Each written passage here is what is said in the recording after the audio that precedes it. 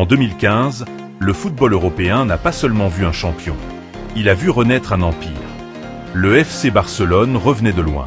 Après des années de doutes, de tensions internes, de défaites douloureuses et d'une identité qui semblait s'effacer petit à petit, personne n'imaginait vraiment ce qui allait arriver. Mais cette saison-là, quelque chose a changé. Un nouvel entraîneur. Un vestiaire sous pression. Un génie argentin en quête de revanche. Un Brésilien prêt à exploser au plus haut niveau. Et un attaquant uruguayen suspendu, attendu comme une arme secrète. Quelques mois plus tard, l'Europe entière allait tomber face au Barça. Le champion d'Angleterre. Le champion de France. Le champion d'Allemagne. Puis enfin le champion d'Italie. Et au bout du voyage, Berlin, la gloire. Le second triplé de l'histoire du club. Voici l'histoire complète du parcours du FC Barcelone en Ligue des Champions 2014 à 2015.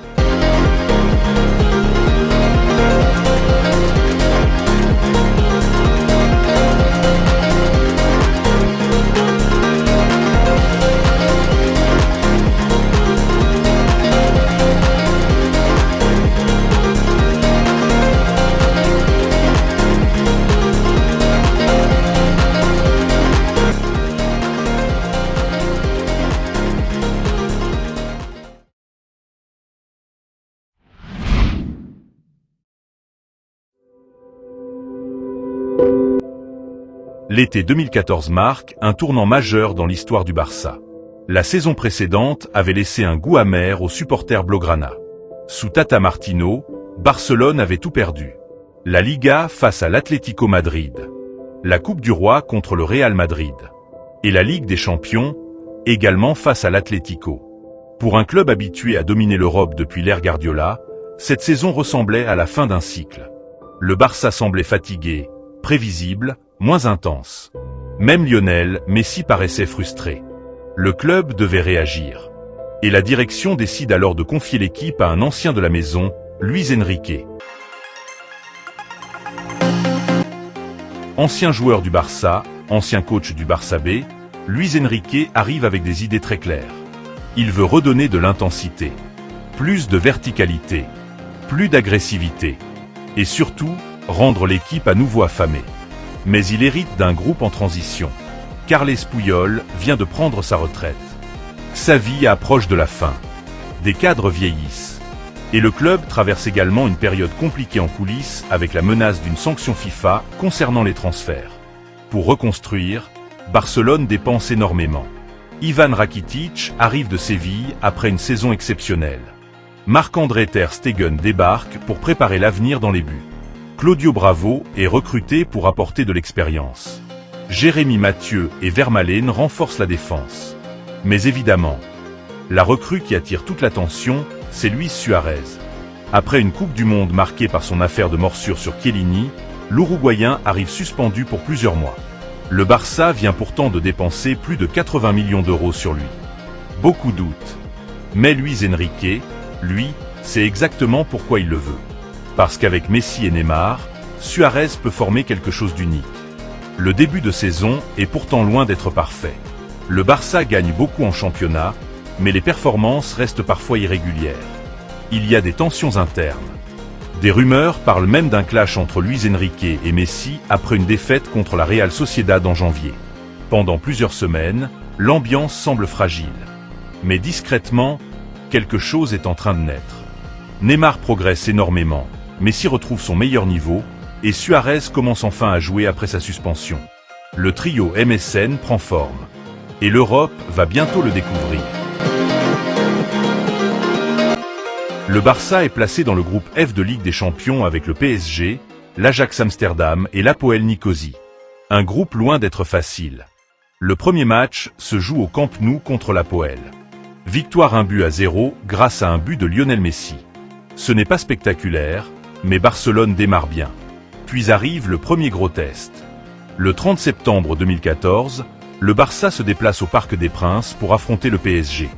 Paris impressionne ce soir-là. David Luiz, Verratti, Matuidi, Cavani, le PSG joue avec beaucoup d'intensité. Le Barça s'incline sur le score de 3-2 malgré des réalisations de Messi et Neymar. Cette défaite fait mal, car elle révèle encore certaines fragilités défensives. mais elle va aussi servir de déclic. Quelques semaines plus tard, Barcelone affronte l'Ajax. Et ce soir-là, on commence à sentir que l'équipe devient différente. Victoire 3-1 au Camp Nou avec des buts de Messi, Neymar et Sandro. Puis au match retour à Amsterdam. Messi inscrit un doublé dans une victoire 2-0. Petit à petit, la machine se met en route.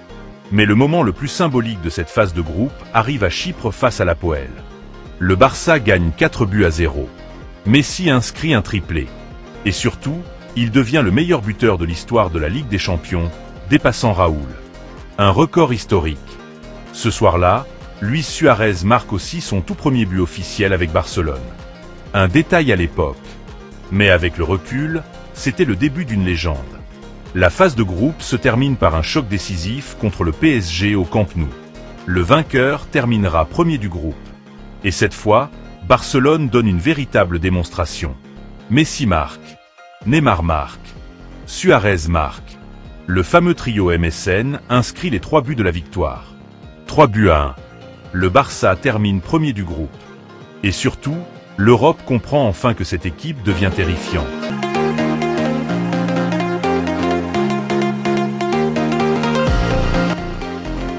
En huitième de finale, Barcelone affronte Manchester City, le champion d'Angleterre. Une équipe remplie de stars, Agüero, David Silva, Yaya Touré, compagnie.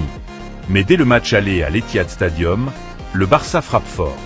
Luis Suarez réalise probablement son premier très grand match européen sous les couleurs blaugrana. Il inscrit un doublé exceptionnel. Le premier but vient après une action rapide conclue avec beaucoup de sang-froid. Le second, une reprise magnifique qui laisse Joe Hart sans réaction. Barcelone gagne 2-1 à Manchester. Et honnêtement, le score aurait pu être bien plus lourd. Le Barça domine techniquement, contrôle le ballon, crée énormément d'occasions. Joe Hart réalise un immense match et empêche une humiliation. Au retour au Camp Nou, City tente de revenir. Mais Barcelone contrôle parfaitement la rencontre. Ivan Rakitic inscrit l'unique but du match après une sublime passe de Messi. Victoire 1-0. Qualification 3-1 sur l'ensemble des 2 matchs. Le Barça vient d'éliminer le champion d'Angleterre avec autorité. Et surtout, le MSN commence à terroriser les défenses européennes. En quart de finale, le Barça retrouve le PSG. Mais cette fois, Paris n'a aucune réponse. Au Parc des Princes, Barcelone réalise une masterclass offensive. Neymar ouvre le score. Luis Suarez marque ensuite 2 buts magnifiques. Et surtout, il humilie David Luiz à 2 reprises avec des gestes devenus historiques. Le Barça gagne 3-1 à Paris. Le monde entier parle alors du niveau monstrueux du trio offensif catalan. Au retour au Camp Nou, Barcelone termine le travail. Victoire 2-0. Suarez marque encore. Neymar aussi. Le PSG est éliminé sans discussion. Et désormais, une idée commence à circuler partout en Europe. Ce Barça ressemble à un futur champion. Mais avant la finale, il reste un immense obstacle. Le Bayern Munich de Pep Guardiola. Pour beaucoup, cette demi-finale représente la vraie finale avant l'heure. D'un côté, Guardiola, l'homme qui avait révolutionné le Barça quelques années plus tôt. De l'autre, Luis Enrique, son ancien coéquipier devenu entraîneur. Le Bayern arrive avec une énorme réputation. L'équipe allemande domine son championnat. Elle possède Neuer, Lahm, Müller, Robben, Lewandowski. Mais au Camp Nou, le Barça va produire l'un des plus grands matchs de son histoire moderne. Pendant longtemps, le score reste bloqué. Puis à la 77e minute, Lionel Messi décide de changer le destin du match. Il marque une première fois d'une frappe croisée imparable. Le Camp Nou explose. Mais le chef-d'œuvre arrive quelques minutes plus tard. Messi élimine Jérôme Boateng avec un crochet devenu mythique. Le défenseur allemand tombe au sol. Puis Messi pique le ballon au-dessus de Manuel Neuer. Un moment d'éternité. L'un des buts les plus célèbres de l'histoire de la Ligue des Champions. Et pour finir, Neymar inscrit le 3e but après une contre-attaque parfaite. Victoire 3-0. Le Barça vient d'humilier le Bayern Munich de Guardiola. L'Europe est sous le choc. Au retour en Allemagne, le Bayern gagne 3-2. Mais Barcelone reste maître de la situation. Neymar inscrit un doublé. Et le Barça se qualifie pour la finale. Direction Berlin.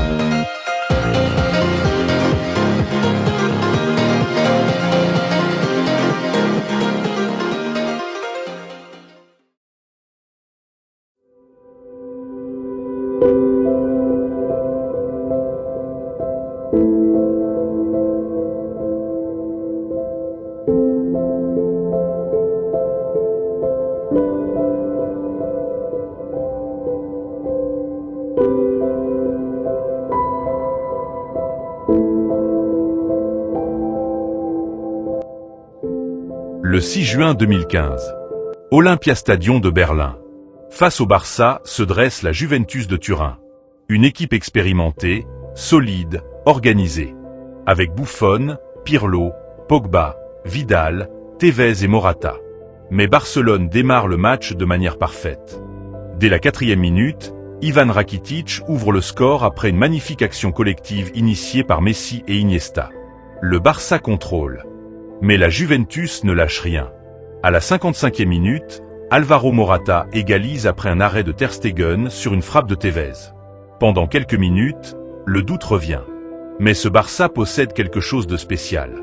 À la 68e minute, Lionel Messi frappe puissamment. Buffon repousse, mais Luis Suarez surgit et marque 2-1. Le Barça reprend l'avantage. La Juventus pousse jusqu'au bout. Mais dans les dernières secondes, Neymar conclut une ultime contre-attaque. 3-1. L'arbitre siffle la fin du match. Le FC Barcelone est champion d'Europe pour la 5e fois de son histoire. Et surtout, le club réalise le 2e triplé de son histoire après celui de 2009. Une performance absolument historique. Cette saison-là, le Barça a marché sur l'Europe. Le champion d'Angleterre, le champion de France, le champion d'Allemagne, puis le champion d'Italie. Tous sont tombés. Le trio MSN termine la saison avec plus de 120 buts. Messi retrouve son trône.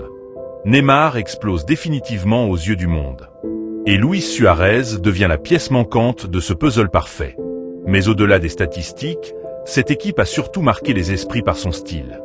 Ce n'était plus exactement le tiki-taka de Guardiola. Le Barça de Luis Enrique était plus direct, plus rapide, plus agressif. Une équipe capable de contrôler le ballon, mais aussi de tuer ses adversaires en transition à une vitesse folle. Et derrière les stars offensives, des joueurs comme Busquets, Rakitic, Iniesta, Alves, Piqué ou Mascherano ont été essentiels. Même Xavi, pour sa dernière grande saison européenne, a quitté Barcelone par la plus belle des portes.